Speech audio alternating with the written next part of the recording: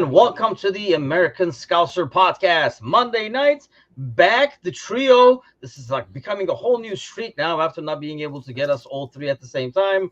We are back in action. I am your host, as always, Timuchin, here in a cold-ass Chicago. Let me give you the updates. It's that time of year where I start to bitch about the temperature because it is getting a bit too low. And with us today is Gally, as always. Gally, what's happening? Not too bad, not too bad. Temperature here, it's not as cold as Chicago, but it isn't exactly warm. But it's been raining as shit, and I'm sick of the rain. Speaking of sick of rain, snow, sunshine, and sick himself is Paul Bickler. Paul, what's happening? Nothing, just coming off this flu cold thing I came down with Saturday, so I'm high as a kite on cold meds and lozenges. So here I am. It's the good stuff. Well, I have the perfect remedy for your cold, my friend. Trivia cures all. It's good Not for high the soul. enough. Okay, so today's trivia is relatively easy, as always. Obviously, the Sheffield United game is coming up, so I figured you guys would be cramming, right? Looking up at the scores and recent track records. So you went and got a question about something else. Exactly what I expected. Aha, reverse psychology works. I did not because I was too lazy. But I do have, actually, I was kind of shocked that these two teams actually have met 140 times in history. Wow. Did you know? Dating back to whenever, because I didn't write it down, but it dates back really far, I can tell you that. Horse and buggy, I'm imagining. But the trivia question is relatively easier. We're just going to go with this century alone. They've met each other 8 games. I mean, this is a beach ball, just slam it down kind of a question. They played it each times, 8 times. Give us a records, Bickler. Oh, man. And I figured 8 is easy to add up. 2 hands is all you need. We should be able to do this. The math's easy, at least. I'll go 5 wins, 1 draw, 2 defeats. Good one. I mean, this is really hard to get way off, but still, A for efforts. What do you have? Don't underestimate us now. We got some ways to go. I didn't stall long enough for Gally. So I'm going to be honest. I can't remember a loss. I can't. Most times I remember when we lose to shitty ass teams like this, you're going to tell me about the loss after I get my bad answer. And then, so I'm going to say it's 6 wins, 2 draws.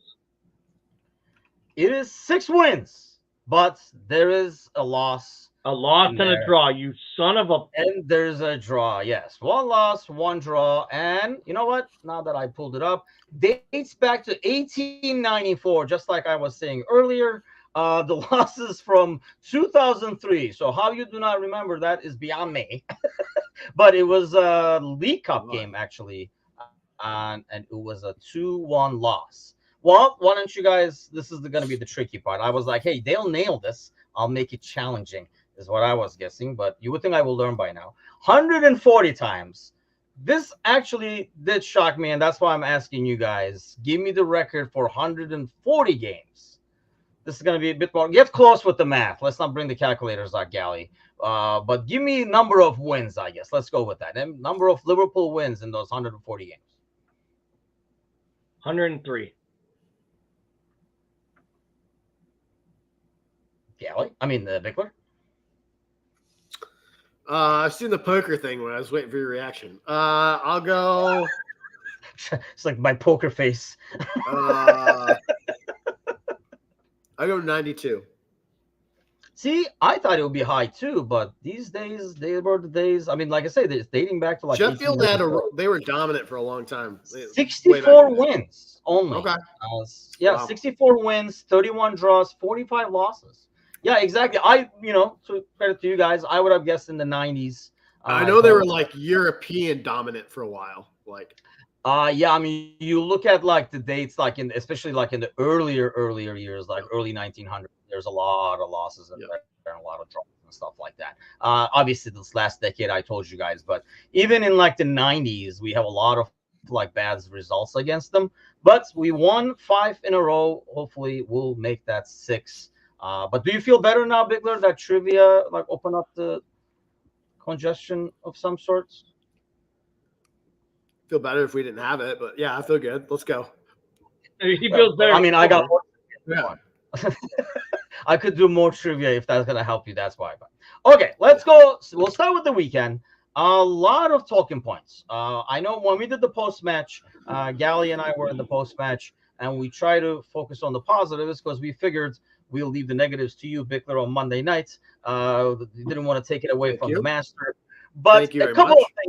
of things.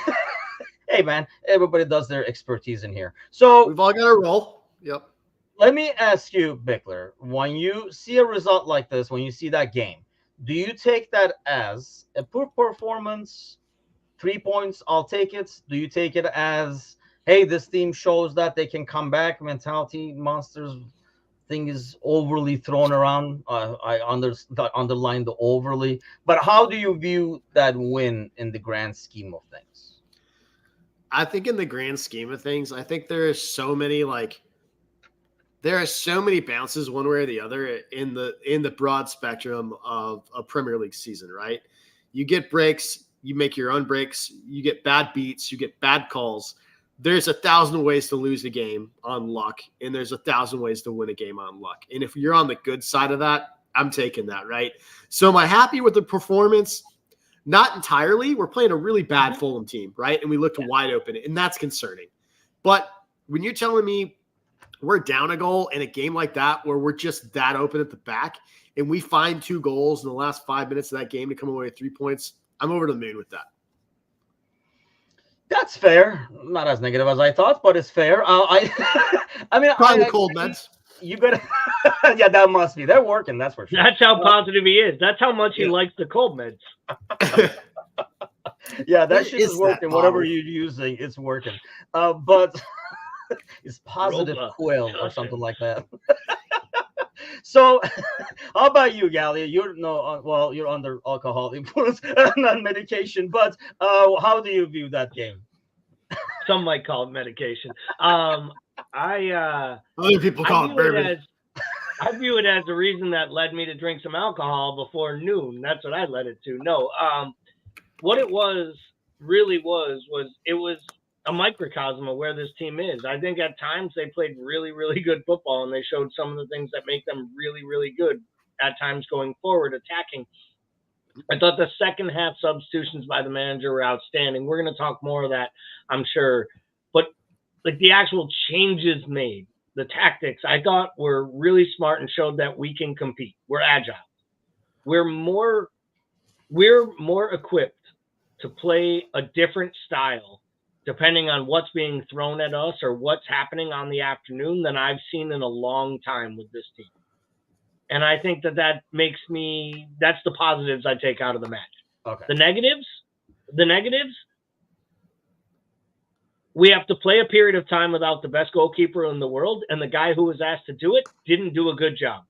And I don't care what anyone says. He's a backup. Don't make excuses. He's a professional. He's paid to do a job. And on Sunday morning, he couldn't do it because he was poor. And he wasn't just bad on the 2 goals. He was bad throughout the match in his positioning. He was bad in some of his distribution. And it's been this way for a while. So I have some concerns there. That makes me nervous. I think the other thing that makes me awkward and uncomfortable is it really, to me, looked like a bad midfield pairing. And there's just not enough balance in it. And as much as I love Gravenberch and Soboslai, I'm not sure that they can both play alongside McAllister in a midfield.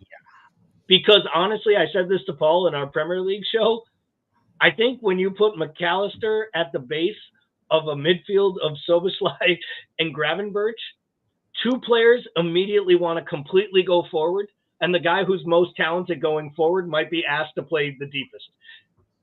And I think that breaks that balance, though. And I think we saw that on display, whether that's Curtis Jones or Thiago or somebody else or a mixture, right? Or Endo, something different. You needed somebody who values possession, I think is what it was. Like control and possession. We didn't have anybody who values that and kind of keeps that. So you need at least one guy to be like, hey, guys, we got this. Let's cycle the ball, like switch wings, whatever. And we just did not have that. Everybody just started taking and going. I guess, I mean, hey, you take the 3 points.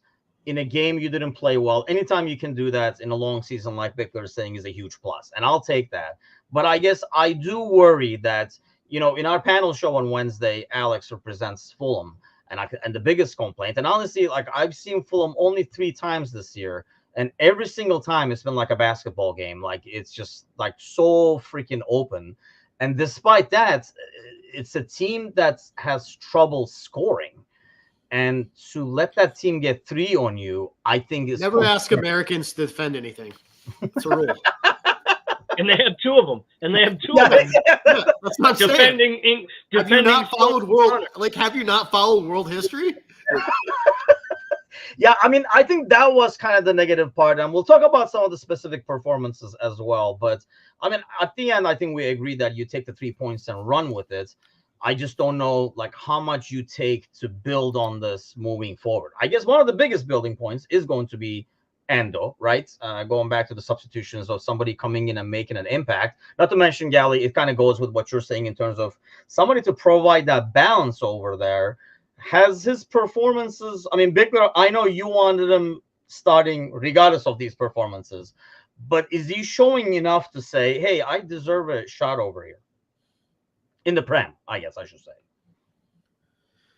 Is this me or Gally? That's you. That you're Bickler. Okay. Medication. I barely hear it. Sorry. So that I like, yes, I've wanted him to start, but here's what I'll say about that. Like, I think that coming into a match, especially a match as chaotic as that match, with 15, 20 minutes, 30 minutes to go, is completely different than starting the match. Like, I think it's 2 very different situations. And I think that you don't necessarily have the composure. You don't necessarily have to have the composure you need when you start, when you're substituted in. Especially in a spot where, like, it's basically a Hail Mary, right? Like, so I think that's a luxury that plays favorably into Endo coming in off the bench, right? That being said, the reason that I want him to start is because, like, and I'm just going to take a moment to talk about Michigan University being a 1 seed, right? Like we say at Michigan University, as a football team, our mantra is the team, right? And so I think that is what I see with Endo, right? Because if you look at early Liverpool, it was the team. Like the sum was, it was the sum of its parts, essentially, right? Mm-hmm. It wasn't necessarily about the players. It was about the system. Early Klopp. Right? That's what this was built on. And I think Endo is that. Like, he's not the sexy player. He's not the, like, marquee signing. He's not, like, something that we're like, oh, this is a future elite player. But I think he is the system. And he allows you to put your marquee signings in better positions on that pitch, even if it means one of those marquee signings sits. Because I think what we're seeing right now is, A, we need that depth, right? We need that depth coming off the bench. And B, Klopp is figuring things out in terms of how he works his substitutions in a way that's impacting matches. So I think he solves a lot for Trent. I think he fits the system and allows you to put people in better positions across the board. Yeah, and we kind of talked about this in the post-match a little bit, Gally. I mean, I don't know if Endo steals signals or whatever, but he did when he came in. Take it easy. But when he did come in, he might be smart enough. He'd probably be smart enough if he was going to do it, not to just like stand up in the booth and do it, and then have a guy who would just stand up and say, yeah, I did it. Yeah, I did it. It was me. But hey, you brought up I was on the grassy knoll. So I think I'd like to point out that was a rule that the NCAA is actually in the process of removing because they found that it did not create a clear advantage for the team. And it was only created because the small schools can't fund people to go to matches to do that. Just want to make sure you know this is exactly like how the Patriots tried to describe how it was okay to record other people's signs on the side. Well, they didn't say we couldn't do it from the sideline. They said you couldn't do it from the booth. Hey, sorry for reading the rule book. Okay, well, you brought up Michigan, so we have to take jabs. What happens when cheaters start? Yeah, going back to Endo, who is not a cheater. I think coming in when he did, so kind of like what Bickler is saying, coming when he did, it was almost like a no pressure, no lose situation, so it enables him to do whatever. And really, I think anybody who saw Endo coming in was like, what the hell? when we were like trying to chase a game. So he came in with nothing to lose. Do you think that's a big factor in how he plays? And he's not going to be able to duplicate that when he's at the kickoff there when the game is 0-0 and the pressure is there. Is it easier to come in when you think you have nothing to lose? Absolutely, right? I come into the show every single night with nothing to lose because, well, I'm not that good at what I do. So it's like, and hey, you're still not good. That's my point. That's the whole point. Like, I got nothing to lose here. The applicant pool is really shallow, so we got nothing to lose here. Some people tell me I'm dumb. Some people tell me I'm funny. Some people say you're fucking crazy. I don't care. I think I'm funny. But the truth is, I think what you do is you show up and you put out, right? And that's whether I'm doing the show, you're doing the show, again, we're watching another sport or other teams. I think with Endo in this case, I think it's a little bit unfair to say to him, like, he just came in, he had nothing to lose. He had something to lose. Every time he gets a chance to play, it's a chance to prove he belongs on the pitch and continue to play. And for me, he shows that when he gets to play. Now, does he make some mistakes? Yes. Does he look sometimes like he's off speed or like he's not at the full rate of the match at the time? I think it happens. I think he was good in this match, and it isn't just the goal. He broke up play a few times. He has that huge tackle.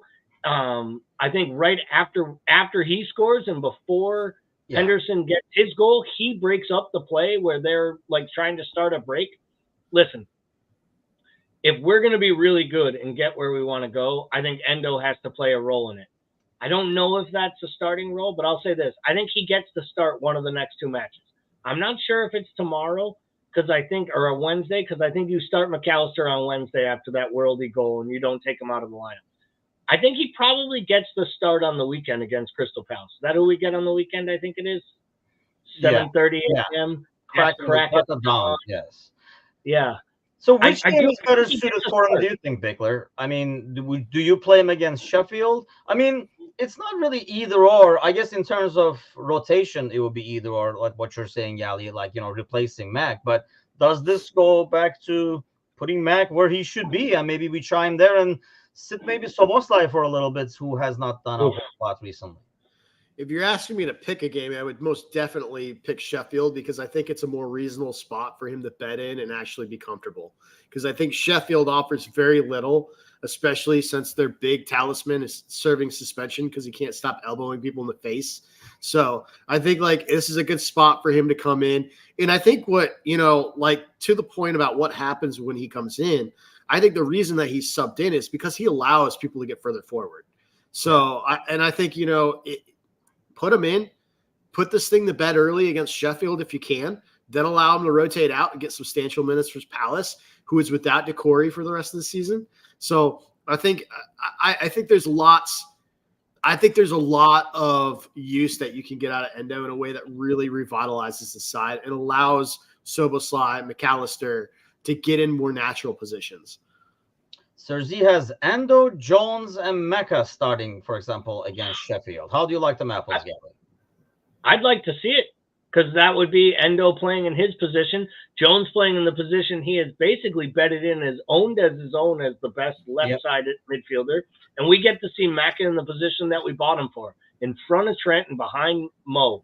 And I honestly think he will create more, because I think he'll actually stay within the role that he's supposed to be in and be roughly where he's supposed to be.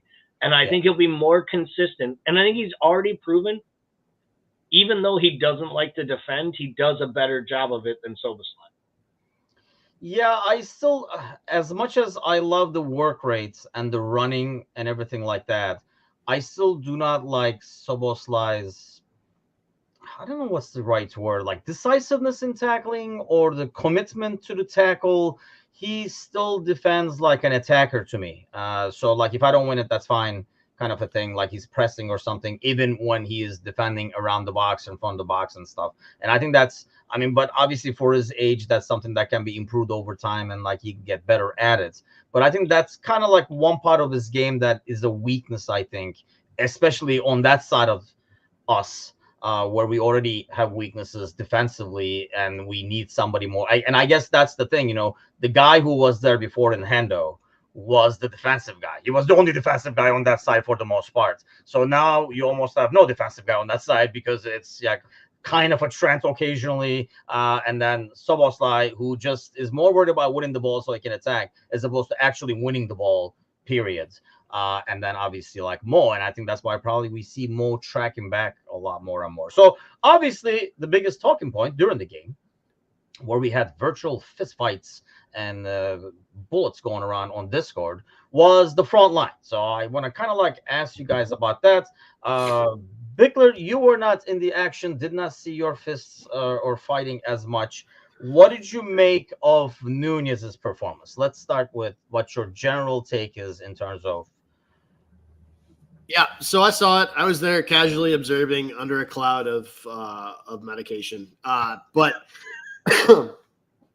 so I said this when we signed Nunez. I don't know how this guy fits into this side from a system standpoint because he's completely raw. He tends to want to drift into the left channel, and he's not a traditional 9. So I stand by all that.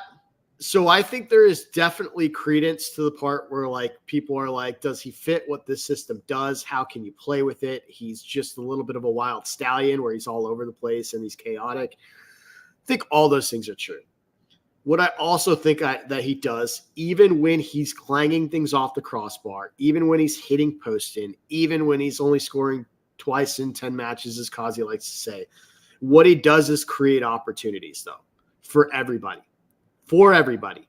If you look at the goal that Trent scored for the game winner, it came from his effort. Yeah. You know?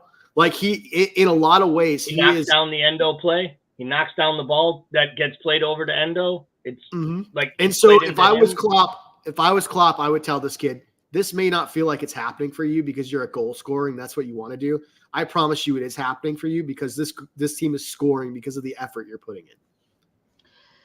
Yeah, so this Nunez gives up the cup and creates space and opportunities. I guess, going back and watch throughout the game when I was watching, especially in the first half, I felt he was like we were almost like with 9 men out there on the field. Well, 10, I guess, if you count Keller. Yeah, it was 10. But it was 9. It was 9. He wasn't playing. I might have had the first time. He had 2 opportunities. He had 2 opportunities to play, and don't worry, he did something. He picked the ball up out of the net.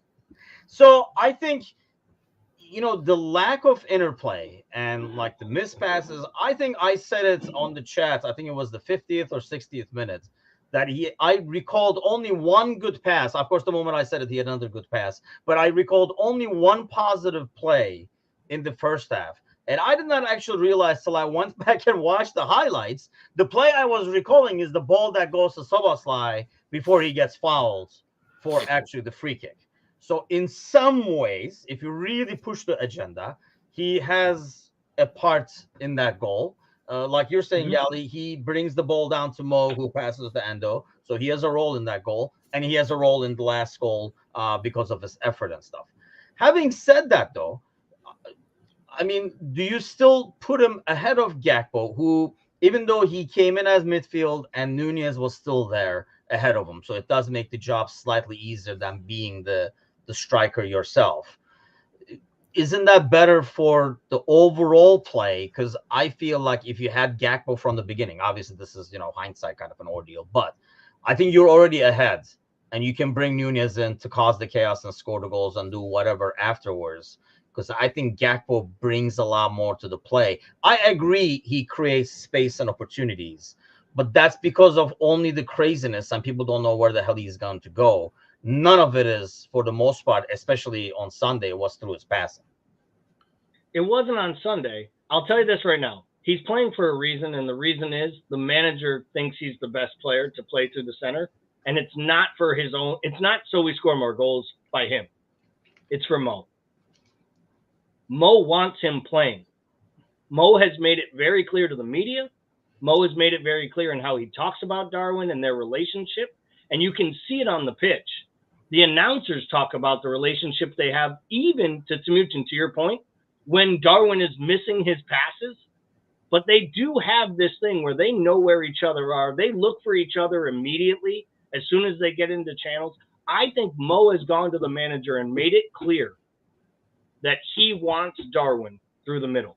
And I think the manager has adapted to that and is playing Gakpo in midfield positions to figure out a way to play all three of them together.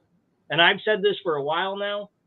I think it's imperative for this team's success this season that Gakpo and Nunez figure out how to play on the pitch together, because there's a period of time where Mo leaves for 4 or 5 weeks, and we need goals, and we need those two guys firing. And I expect Gakpo to start against Sheffield, and I expect Nunez to probably be on the bench because he's gotten, I think, 5 straight runs out in the Prem. Yeah.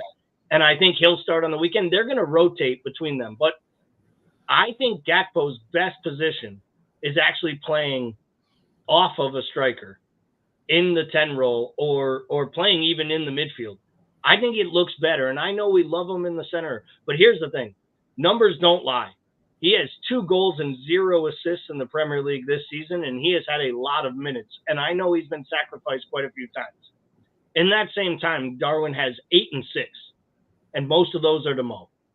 And the manager is looking at numbers, and if you look at numbers, actually scored, goals scored, minutes on the pitch, there's never been a striker at Liverpool in their first 2 seasons have numbers like Darwin. The actual amount of goals this team scores while he's on the pitch are unbelievably off the charts. And I think it's to Paul's point. He does do a lot. And I think we get so critical. And I understand it's easy to hate and it's maddening. But at times, like, I think he takes so much more stick.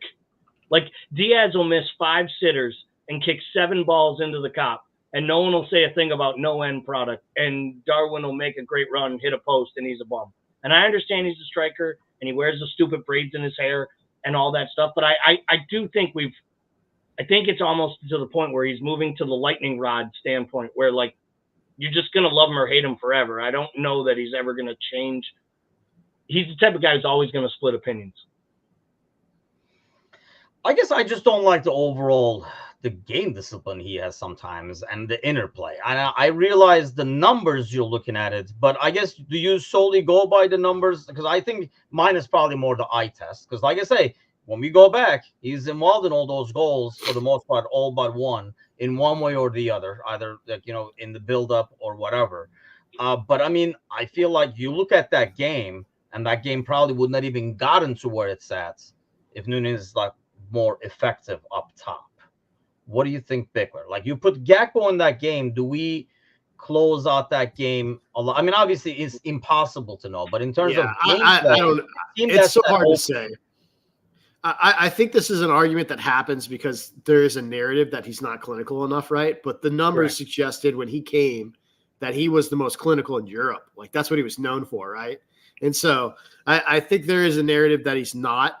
But I mean, if anybody watched the City Tottenham match, they saw Haaland miss like 3 or 4 absolute sitters. You know what I mean? So, and like, I'm okay with him missing, though. See, like, my criticism of him is not missing. Every scorer is going to miss. His gets more elevated, I think, compared to everybody else. I guess my thing more of is like what he does. You look at the end of that game where we're chasing the game. He has totally lost the discipline. You see him press like he's 10. Where he's just running at a guy, leaving the guy that would be passed to, not even covered in that side. He's just coming straight at it. Like, he's forgotten all the basics, and he just becomes this kid that you gave the ball to, and he's just running on the field. And I don't know if that's like overall maturity, trying too hard. I think it is. I think it's just he's so raw. Like, I mean, people thought we were getting another. I think the casual person that saw this transfer saw the money and thought we were getting some big name stud from the Portuguese league, coming off the back of what Diaz did when he came in, and thought this kid is just going to light it on fire, right? But if anyone has actually watched the Portuguese league, I've got a couple friends that watch it regularly, told me right off the bat, like, he's really raw still. He's not Diaz. Diaz was technically the finished product when we bought him. And Darwin's not. And I think Darwin suffers the same way McAllister does, where, like, I'm sorry. I think Gakpo suffers the way McAllister does, where both of those guys got purchased, but like, because they were like, we didn't think we'd get them at those prices, right? And so, like, then all of a sudden, like, we got Gravenberch and Szoboszlai. What do you do with McAllister? And like, then all of a sudden, like, we got Gakpo for the steal when we thought he'd be a depth, but we have to fit in a 65 million euro striker. Like, we have to figure that out. And I think for me, Gakpo's the more natural fit. He does everything that Bobby did. He's just a stronger version, less flashy, but probably more I think has the ability to hold up the prem better than Bobby did. So he's the more natural fit, but I think Darwin, he has that sort of dynamic, like almost X factor that you kind of need. And I think that's why I like him off the benches, because he's lightning in a bottle. So he can come in and provide you like that spark that's real difficult to get sometimes. I just think he's tough. I think Galley's onto something. I think there is a connection with Mo here. If it were me and like I was looking at the players that we have right now, I'd be playing a wide diamond midfielder with 2 strikers. It's never going to happen, right? But that's what the system looks like. I'd be playing Gakpo in a 10. I'd have Mo playing off Darwin up top, and then I'd have Szoboszlai and Diaz as wide midfielders. No, I think honestly, I think that's what we're going to see during the AFCON. And I think slowly you start to see it yesterday with Trent being actually deployed for a period before they brought Endo in the actual 6 and playing in the midfield. I think Klopp's plan, and we talked about this last week, and it might be the plan long-term if Mo leaves. No one likes talking about it, but it might be that Szoboszlai really wasn't bought to be a midfielder. He was bought to be a right-sided attacker that would move forward and play where we play with 2 up top, whether it's Jota and Nunez or Diaz and Nunez or Jota and Nunez or Jota and Gakpo or Gakpo and Nunez, where they're playing 2 up top and we're playing with Szoboszlai and Diaz as the 2 outsides, and you're playing, and that's that midfield that you're trying to attack with. And I think in the long run, Klopp has said we were going to change the tactics and we were going to change the way we play. And I think when they let Bobby go, I don't think they bought Gakpo to be Bobby. I think they were so bleeping shocked when they got him and he fit in so quickly and that he bedded in.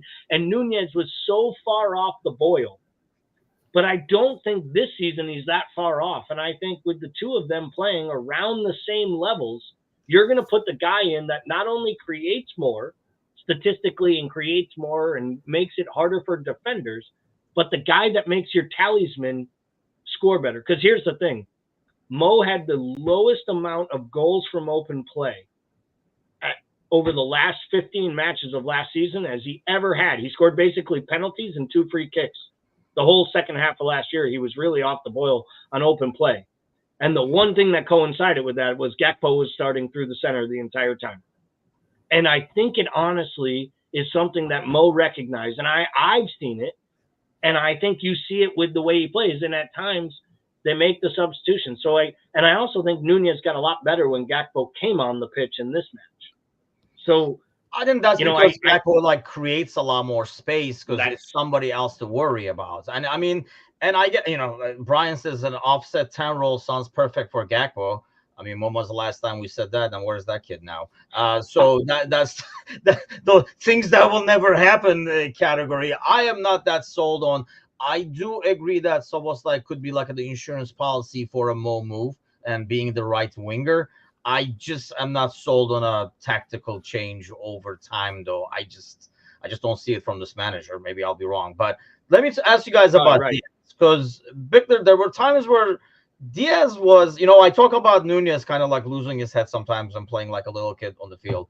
There were times where Diaz was literally on the right wing because he was like chasing a ball and he suddenly ended there. You think he has more roaming allowed that's tactical, or is that Diaz kind of like losing his position? He kind of plays Nunez like on the wing. I just think it was so hard to like. It's like when you go watch a youth soccer match and it's like magnet ball. Like I just felt like this game was almost impossible to dissect from a tactical standpoint and really accurately talk about whether somebody's doing what they're supposed to or not. Because I felt like this game was plunged so significantly and so deeply into chaos from the off that I feel like these guys were just surviving. Like, so am I going to say that this is a new tactical wrinkle that we're seeing with Diaz? I don't know. I have no idea. Yeah, it didn't look like it, but yeah, I think that Diaz does have a tendency to be all over the place. But I also do believe that the system, I believe that Klopp plays a system where players do have license to roam and players do know when they see X happen, they've got to go to Y, right? Yeah. Like, I mean, we've seen that traditionally. Henderson was kind of the jack of all trades, where he allowed people to go do different things, and then he would plug into different positions. I think that Diaz does have a little bit of that. To the extent that he did it this weekend, probably not. And I think that's what's missing in this midfield right now is that the defensive why part nobody picks up. Like if this happens, then you got to slide back here. I think Galley, I mean, goes back to what we were saying in the beginning. This midfield, there is really nobody that does that in terms of keeping the control in mind. Everybody's got the scoring and creating in mind. James Slides, I thought Fulham's fullbacks were very, very good. Felt Diaz went looking for the ball yesterday. Yeah, I mean, he literally was like, you're just like, bro, where are you going? And yeah, that's a good example because that is something that would happen in the youth games where you're like, bro, you're on the left, not right. You're on the left kind of a thing because he was suddenly like lost running around over there. But do you guys, I guess, Galley at the same time, does it seem like Diaz actually somehow works better with Costas than he did with Robertson in an odd way? A little bit, yeah. I think it does kind of fit him. And I know we talked about how, Robertson really missed Mane, maybe more than anyone at the club, right? Is probably Robertson probably misses Mane from just what he did for him to help. That's well, that is true, Sir Z. Sir Z makes a good point here. It is like his dad is coming to watch him play, and God knows we know that because they show him every minute they can in the crowd. He's a Taylor Swift. All happy that you were back home safely. I'm not rooting for anyone else to kidnap Luis Diaz's parents. I might root against kids getting free jerseys at the freaking stadium. I am not rooting for parents being kidnapped. Let's just make it clear.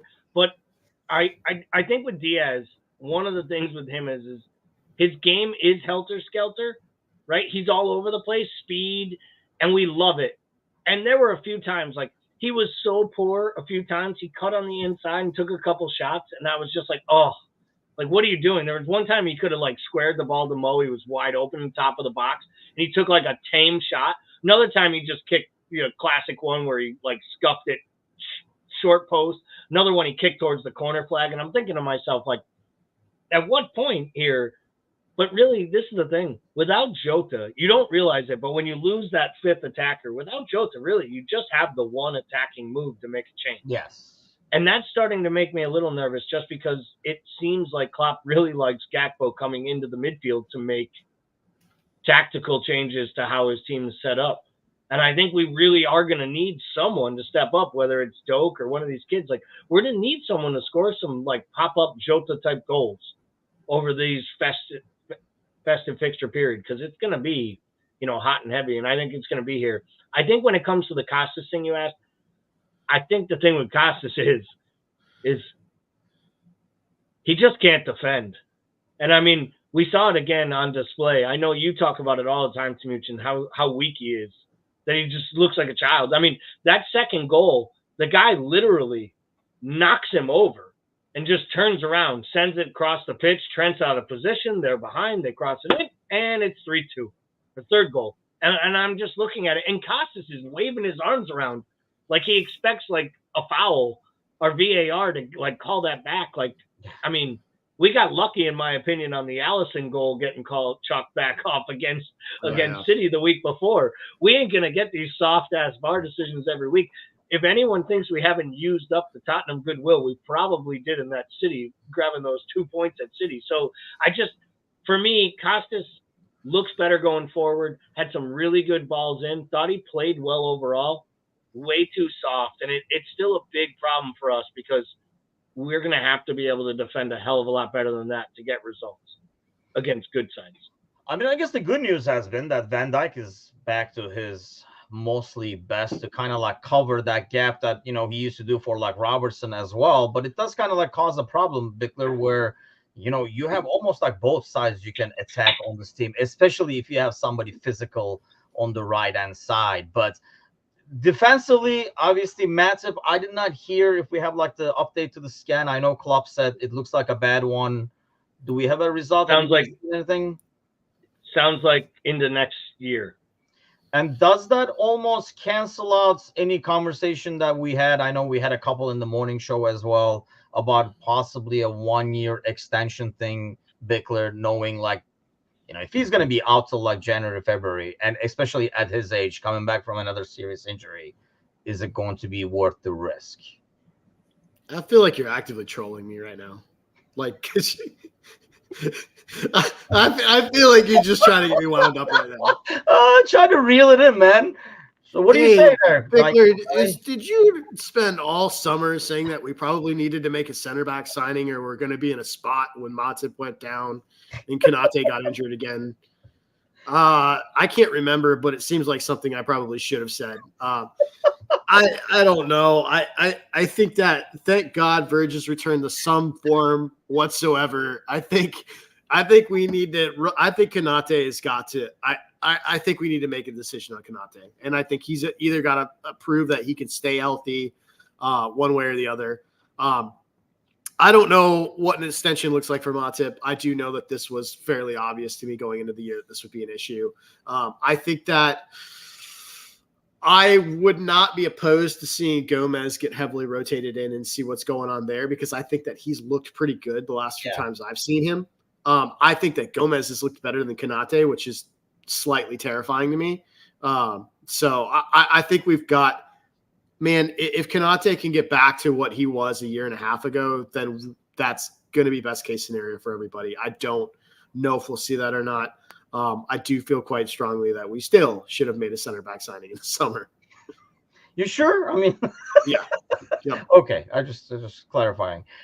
Gally, who is your? I mean, obviously Konate probably is on paper, right? The top in the depth chart of center backs, but I agree with Bickler that I feel like Gomez has played really well recently. Even in that inverted Trent role when he's come in, it's been like, is Gomez playing that? Look at him, kind of a thing, and he's done well with it. I was gonna bring that up to you. I almost feel like part of the reason I don't want to see Gomez come in as the first choice center back if Matip's out for a while and rotating with Konate is that I feel like he offers you the ability to change up your side if needed on the right-hand side by coming in and actually playing the right back position and allowing Trent to either move into midfield or move around the pitch or give him a break. And I think you need that depth. And I know I made the comment in Discord. It wasn't fake and it wasn't just a April Fool's joke. Calvin Ramsey really played 87 minutes in a big boy football match for Preston. He's healthy again and playing. Good on that lad. It'd be nice to actually have a working, living right back, right, as we thought we would have at this club, maybe next season. But I think that Gomez is doing a job there, and I think as long as you have him doing that job and allowing you to make moves and bring him in to make changes to the formation and tactics like he did against Fulham, I think you want that type of versatility. And I think Gomez gives you that. And at a time where Kwanzaa is your other option, I'd much rather have one guy sitting on my bench that can be my backup center back / right back. So I think it's Konate all day. And I think if Virgil can't play, then Kwanzaa gets some minutes. And you just really have to hope that, to Brian Shelton's point, Konate stays fit. So James says, Kwanzaa ready for some Premier League games, he asked. Sheffield United would make sense. I like what Kwanzaa is doing. Don't get me wrong.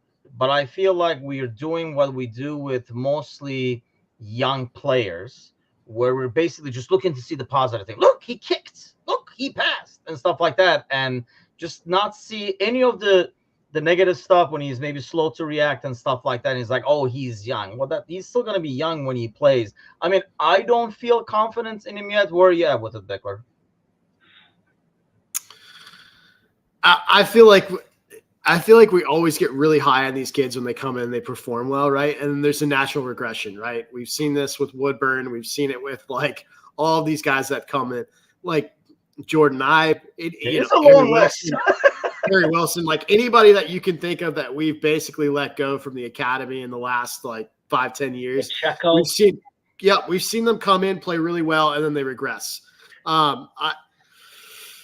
I just want to pump the brakes on that. I think Klopp really likes him, which tells me a lot, right? I mean, I think that if he's getting solid looks and stuff, I just think we need to be very careful where and when he's used.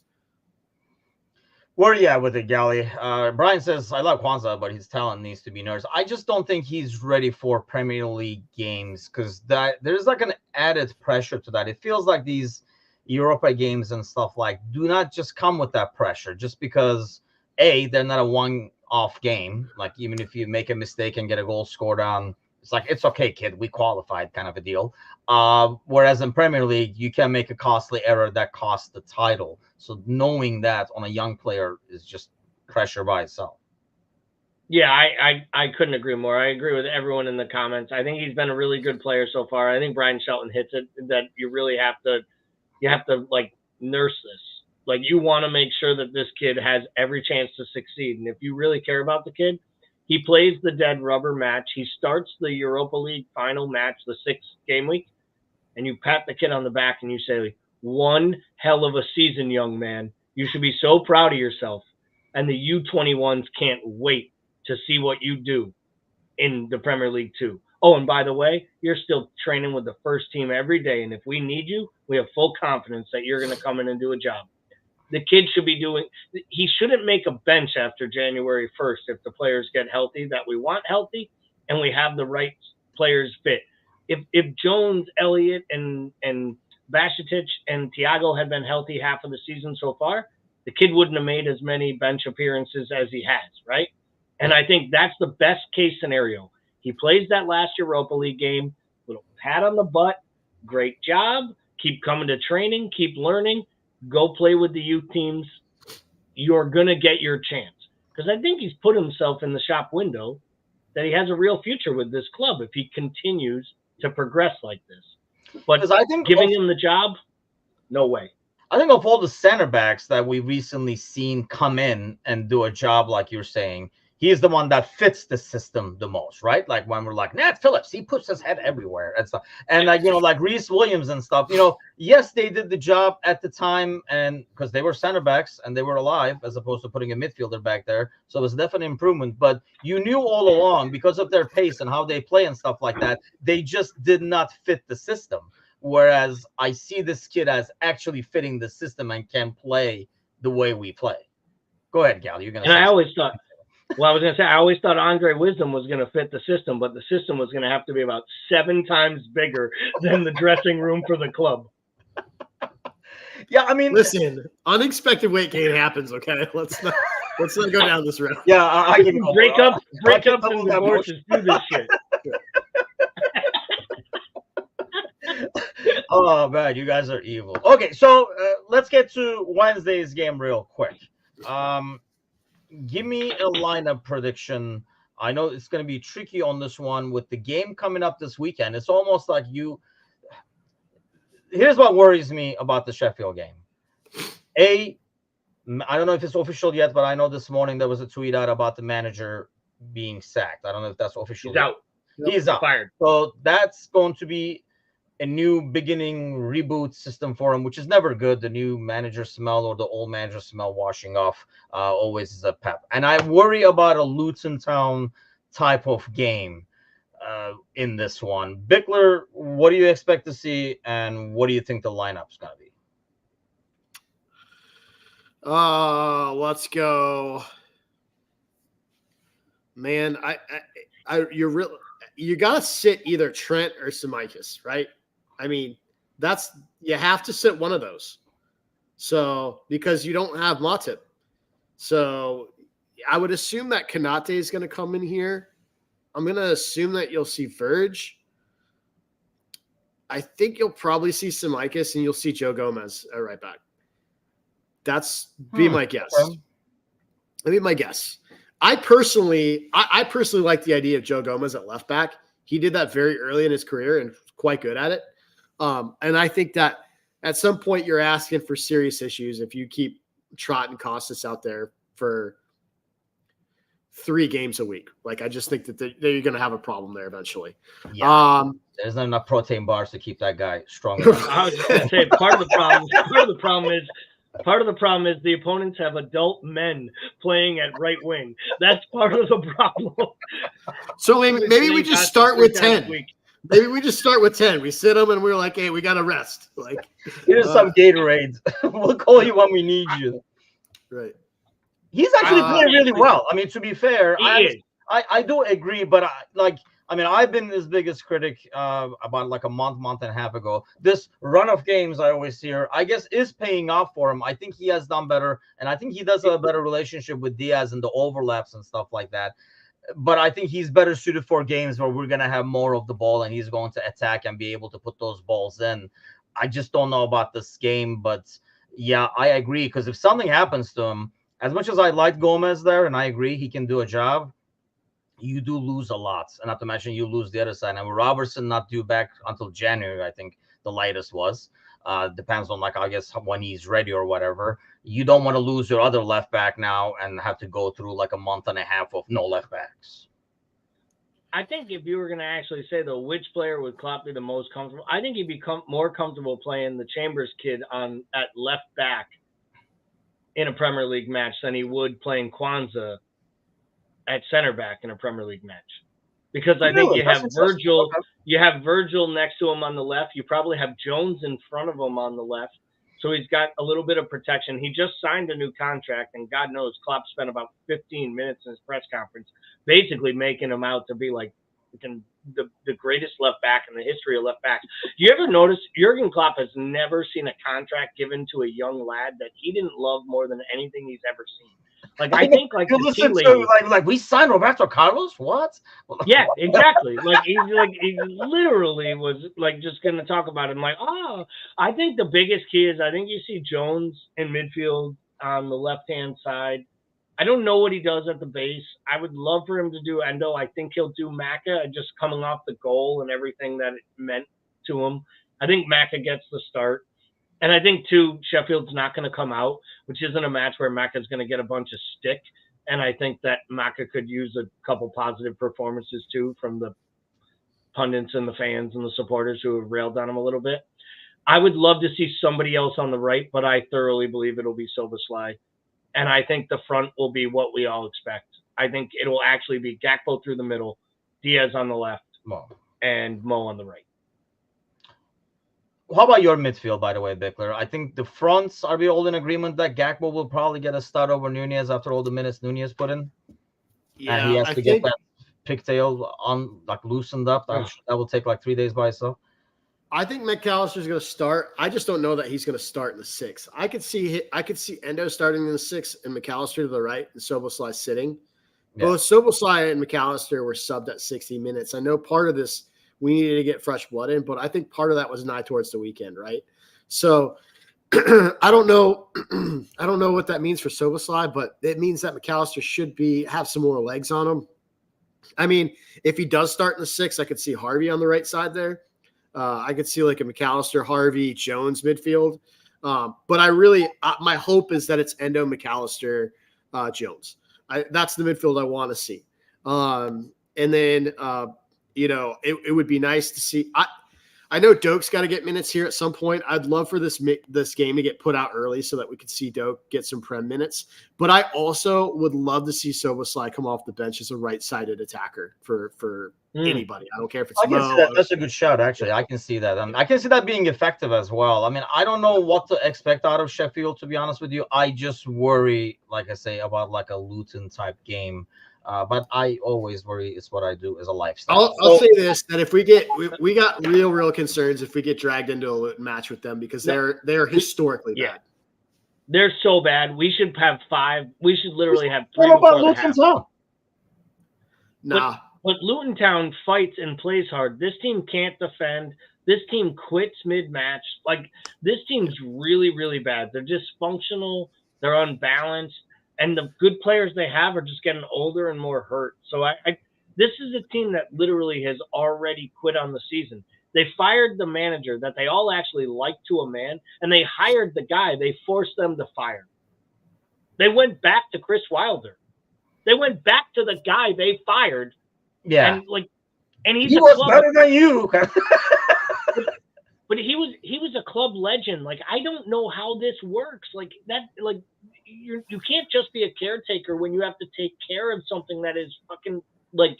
So I know that Burnley had a man advantage, right? Like first than last week, but Burnley scored 33% of their entire goal tally this year on Sheffield. Yeah.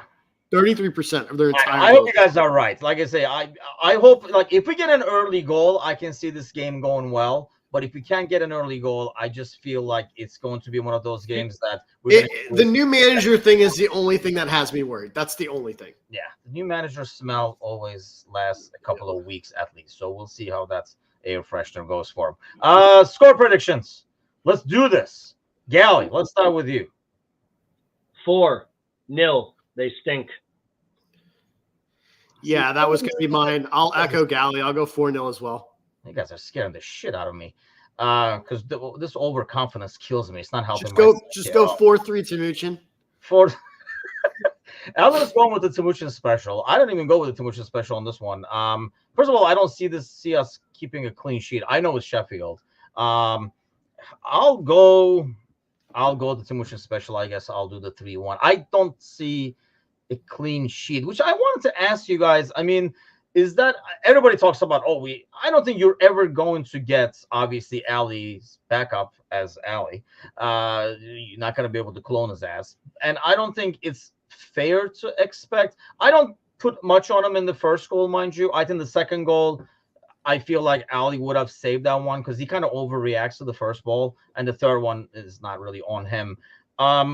Is that like a huge concern, Bickler, having him in goal for the next, I don't know, 2-3 weeks over here? Not for Sheffield, but for the rest of the matches it is. And there's something really weird going on with him because you got to keep in mind, this is the guy that we were arguing about. Like I was of the school thought, you're in a Carabao Cup final, you put your best 11 out there. And everybody was like, oh no, this is his. He deserves to start like in a cup final. Yeah. So keep in mind, this is a guy we were arguing for deserved to start a Carabao Cup final a year ago. Like, so there's something up here. I don't know whether it's like he didn't get his move and he's in his own head. I don't know what it is, but this dude went from looking really good to looking like he's literally got 2 left feet glued on him. Maybe he just needs a run of games, Gally. Well, I mean, he's going to get those run of games. Yeah. I hope they look better. I hope they look better than the first run of those games.